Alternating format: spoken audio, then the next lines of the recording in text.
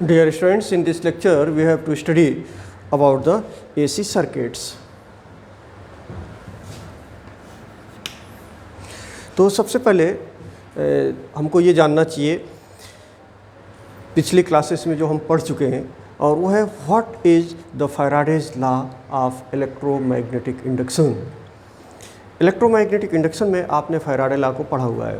Whenever there is a change in magnetic flux on a conductor or conductor is moving in magnetic field, then EMF is induced in that conductor and this is known as electromagnetic induction. तो Faraday law ये कहता है कि whenever there is change in magnetic flux on a conductor means magnetic field on a conductor, magnetic field अगर हम किसी conductor के ऊपर चेंज करते हैं या किसी कंडक्टर को मैग्नेटिक फील्ड में घुमाते हैं, उसको मूवमेंट देते हैं, मोशन देते हैं, तो उस कंडक्टर के अंदर EMF इंड्यूस हो जाता है and that induced EMF is directly proportional to rate of change of magnetic flux. तो उसके लिए हमने मैथमेटिकल स्टेटमेंट पढ़ा हुआ है, E is equal to d phi upon d t. Magnitude of induced EMF कितना होगा? D phi upon d t होगा। ओके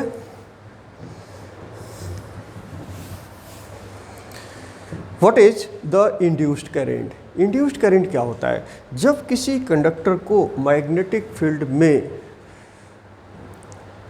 मोशन देते हैं या फिर किसी कंडक्टर के ऊपर मैग्नेटिक फील्ड को चेंज करते हैं, तो उस कंडक्टर के अंदर EMF इंड्यूस हो जाता है और उसके साथ साथ करंट भी इंड्यूस होता है, जिसको हम इंड्यूस्ड करंट बोलते हैं। What is an AC generator?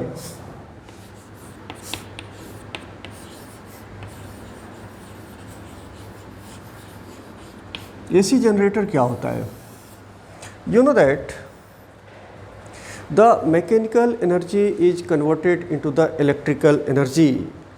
Mechanical energy को इलेक्ट्रिकल एनर्जी में कन्वर्ट कर सकते हैं, और जो प्रिंसिपल उसमें यूज किया जाता है वह है इलेक्ट्रोमैग्नेटिक इंडक्शन का।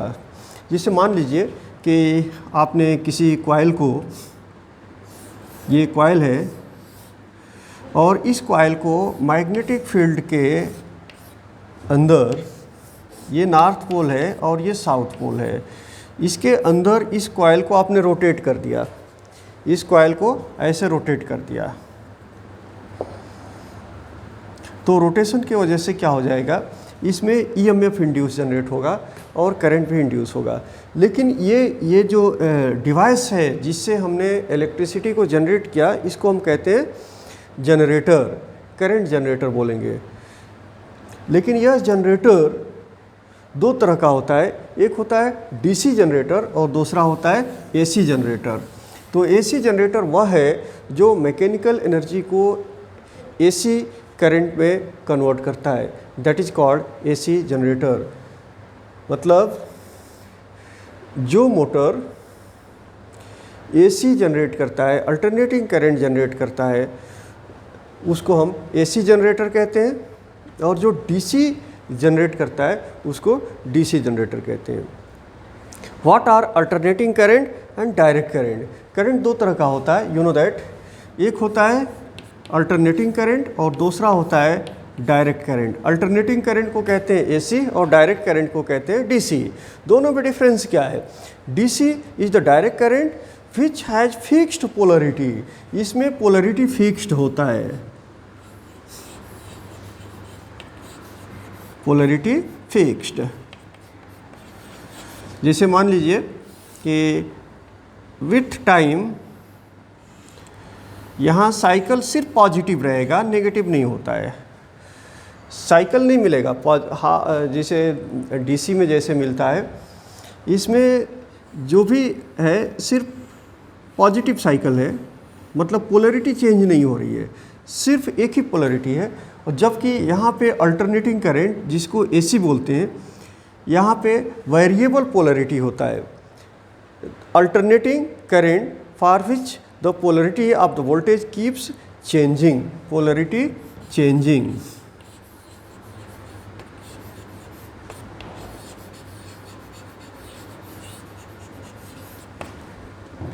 कैसे चेंज होता है, जिसे विथ टाइम अगर हम देखते हैं टाइम के साथ पोलरिटी कैसे चेंज होता है, तो ये वाई एक्सिस ले लिया, वाई एक्सिस पे हम ईएमएफ भी ले सकते हैं और एक्स एक्सिस पे टाइम भी ले सकते हैं, यहाँ ईएमएफ ले सकते हैं, या करंट भी इंड्यूस होता है इसलिए हम करंट भी ले सकते हैं। तो आप ये देखेंगे कि पॉजिटिव हाफ साइकिल पॉजिटिव मिल गया और फिर नेक्स्ट हाफ साइकिल के लिए पोलरिटी चेंज हो जाएगा, ये नेगेटिव हो जाएगा, फिर हाफ साइकिल के लिए पॉजिटिव हो गया, फिर पोलरिटी चेंज हो जाएगा। तो alternating current that is called AC, जिसमें पोलरिटी पीरियडिकली चेंज होता है, पीरियडिकली। एक हाफ साइकिल के लिए पॉजिटिव है तो दूसरे हाफ साइकिल के लिए नेगेटिव हो जाएगा। तो now this is the difference between alternating current and direct current, जो आप पिछले क्लासेस में भी पढ़ चुके हैं। How is the EMF generated in AC generator? AC generator में ईएमएफ जनरेट कैसे होता है? तो you know that in AC generator, पिछले क्लासेस में आपने पढ़ा हुआ है कि जब किसी कॉइल को मैग्नेटिक फील्ड के अंदर रोटेट करते हैं या फिर कॉइल को फिक्स रखते हैं और मैग्नेट को रोटेट करते हैं, दोनों ही कंडीशन में ईएमएफ जनरेट होता है। या तो आप मैग्नेट को रोटेट कीजिए, कंडक्टर को फिक्स रखिए, कंडक्टर मतलब कॉइल को फिक्स रखिए, या फिर मैग्नेट को फिक्स रखेंगे और कॉइल को रोटेट करेंगे। तो ऐसी कंडीशन में उस कॉइल में ईएमएफ इंड्यूस हो जाता है, मतलब जनरेट हो जाता है।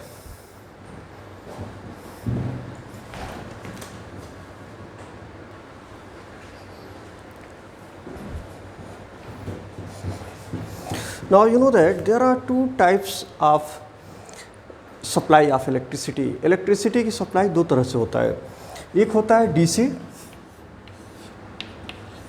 और दूसरा होता है एसी। इसी तरह से इलेक्ट्रिसिटी को जनरेट भी दो तरह से करते हैं, एक एसी के फॉर्म में इलेक्ट्रिसिटी जनरेट करते हैं और दूसरा डीसी के फॉर्म में भी जनरेट करते हैं। DC that is known as direct current, इसको हम बोलते हैं डायरेक्ट करंट।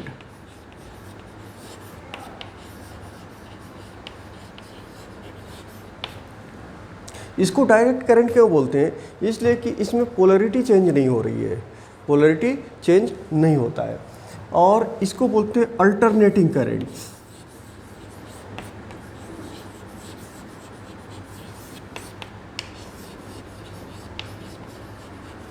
अल्टरनेटिंग करंट इसलिए बोलते हैं कि यहाँ पे पोलरिटी चेंज होती है।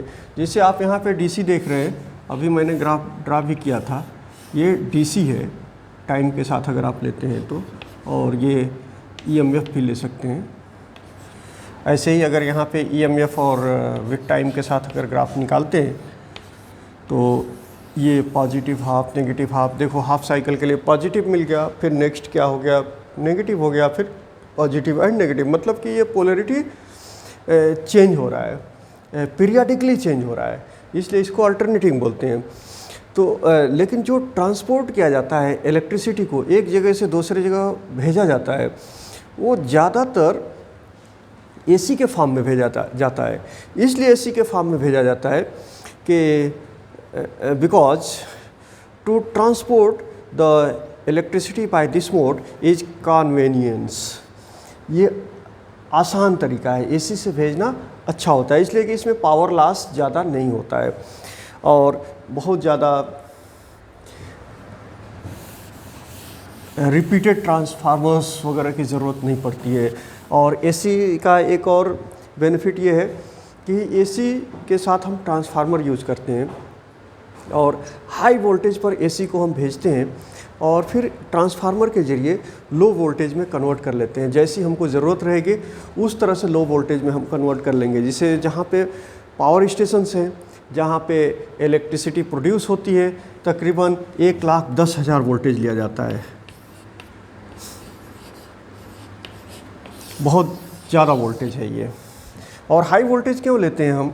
हाई वोल्टेज इसलिए लेते हैं कि जब हाई वोल्टेज लेंगे तो इसके प्रोपोर्शन में करंट जो होगा हमारा वो कम हो जाएगा, और जब करंट कम होगा तो वोल्टेज ज़्यादा है और करंट कम है, तो ये हीट कम प्रोड्यूस होगा वायर के अंदर ड्यूरिंग ट्रांसपोर्टेशन, हीट कम प्रोड्यूस होगा, और जब हीट कम प्रोड्यूस होगा तो वायर के डैमेज होने के चांसेस कम रहेंगे, स्पार्किंग नहीं होगी, कम होगा स्पार्किंग। जबकि हम ये डीसी के साथ नहीं कर पाते हैं, इसलिए कि डीसी को हम एक फिक्स्ड वोल्टेज देते हैं और उसको भेजेंगे, और ट्रांसपोर्टेशन हमारा उतना इजी नहीं रहेगा जितना एसी के साथ होता है।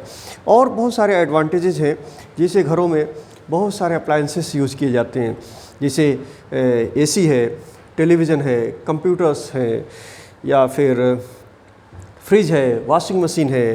तो these are appliances are working on AC, ये सभी के सभी एसी पे काम करते हैं। ये भी एक वजह है जिससे एसी में इलेक्ट्रिसिटी की सप्लाई दी जाती है। और आप देखते हैं कि जैसे हमको ज़रूरत रहेगी, अगर हमको डीसी वोल्टेज चाहिए तो हम रेक्टिफायर के हेल्प से एसी को डीसी में कन्वर्ट कर सकते हैं। लेकिन बड़ा वजह है ट्रांसपोर्टेशन के लिए, वो ये है कि हम एसी को जितना हाई वोल्टेज में चाहें उतने हाई वोल्टेज पे ट्रांसपोर्ट कर सकते हैं। और जब हम वोल्टेज को हाई वोल्टेज पे ट्रांसपोर्ट करते हैं इलेक्ट्रिसिटी को, तो करस्पॉन्डिंग करंट हमारा जो होता है वो कम होता है, इसलिए हीट कम जनरेट होता है, जिससे वायर के डैमेज होने के चांसेस नहीं होंगे और हमको रिपीटेड ट्रांसफार्मर की ज़रूरत नहीं पड़ती है। लॉन्ग डिस्टेंस पर हाई वोल्टेज पे सप्लाई दी जा सकती है। आप देखते हैं जहाँ पे इलेक्ट्रिसिटी प्रोड्यूस होती है वहाँ से बड़े बड़े टावर टाइप के पोल्स होते हैं और काफ़ी हाइट पे वायर के ज़रिए इलेक्ट्रिसिटी को ट्रांसपोर्ट कर दिया जाता है, और बीच में रिपीटेड ट्रांसफार्मर नहीं होते हैं। जबकि जब वहीं पे हम गांव देहात या सिटी में आ जाते हैं तो घरों में जो सप्लाई दी जाती है वो इतना ज़्यादा हाई वोल्टेज पे नहीं दिया जाता है, वोल्टेज कम कर दिया जाता है। सब स्टेशन पे आने के बाद वोल्टेज कम कर दिया जाता है, और वहाँ से फिर से घरों में जब देते हैं तो वोल्टेज और कम कर देते हैं। तो करस्पॉन्डिंगली जैसे जैसे हमारा वोल्टेज डाउन होता जाएगा, करंट इंक्रीज होता जाएगा, और ऐसे में हमको रिपीटेड ट्रांसफार्मर की ज़रूरत पड़ती है। अदरवाइज हम ज़्यादा पावर अगर यूज़ करेंगे, ज़्यादा पावर कंज्यूम करेंगे तो स्पार्किंग के चांसेस रहेंगे, वायर डैमेज हो सकता है। तो ये रीज़न है इलेक्ट्रिसिटी को एसी में प्रोड्यूस करके सप्लाई करने का।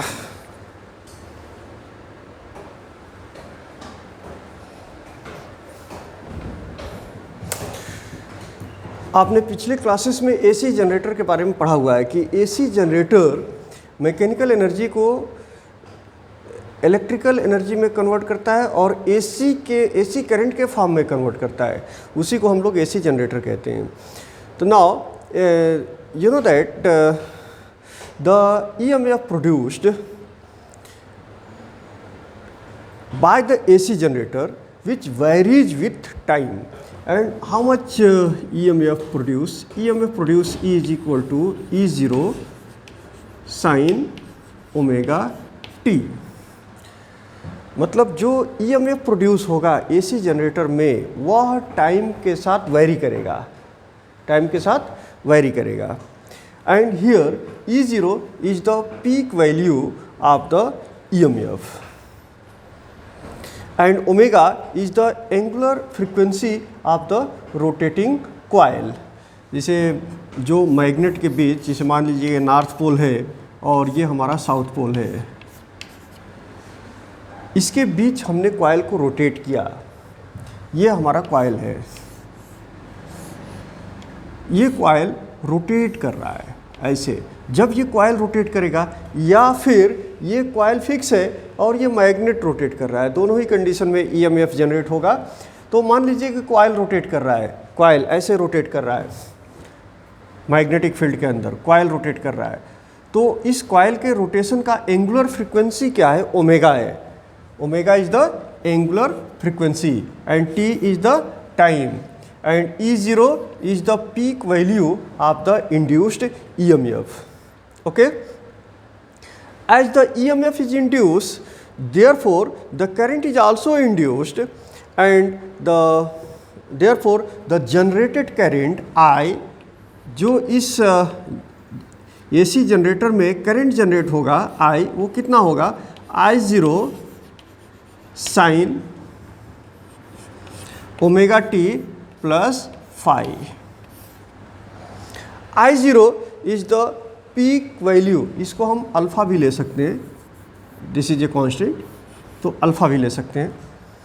तो I that is current generated in this generator is equal to I0 sin omega t plus alpha.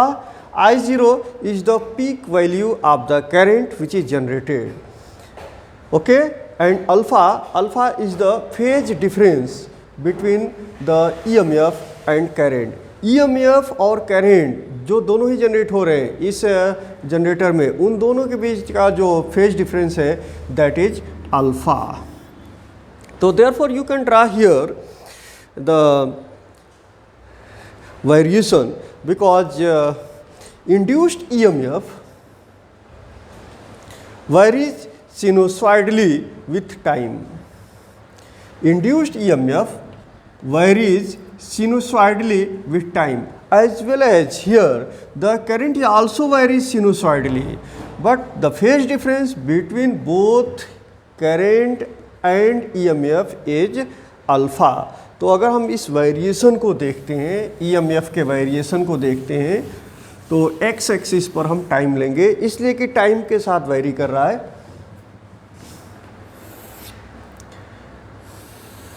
Omega T ले सकते हैं.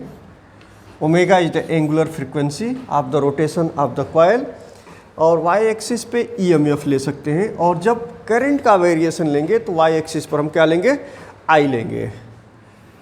तो you can observe here when omega t is zero, जब ओमेगा टी ज़ीरो है तो हमारा EMF कितना होगा, ज़ीरो हो जाएगा. ओके, तो हम वेरिएशन इसको ऐसे लेंगे, साइन का वेरिएशन कहाँ होता है, ज़ीरो पे, और फिर π/2 ले लेंगे, मतलब 90 डिग्री, और फिर पाई ले लेंगे.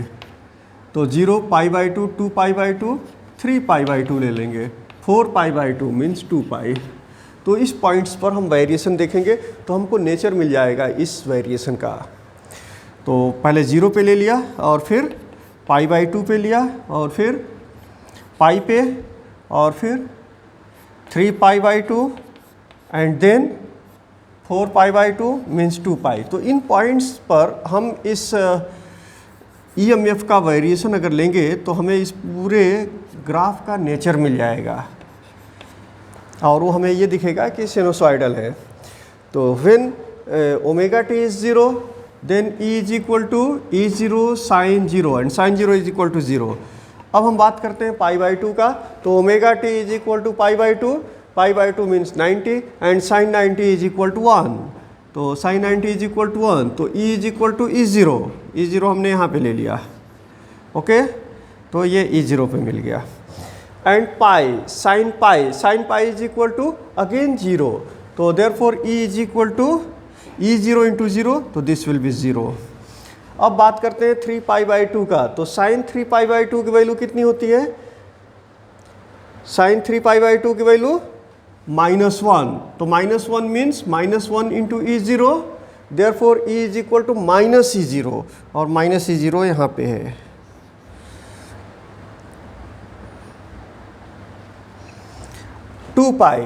Sign 2 pi means 360, sine 2 pi again 0. तो therefore E is equal to 0. तो इस तरह से अगर हम ग्राफ ड्रा करते हैं तो हमारा ग्राफ इस तरह से मिलेगा.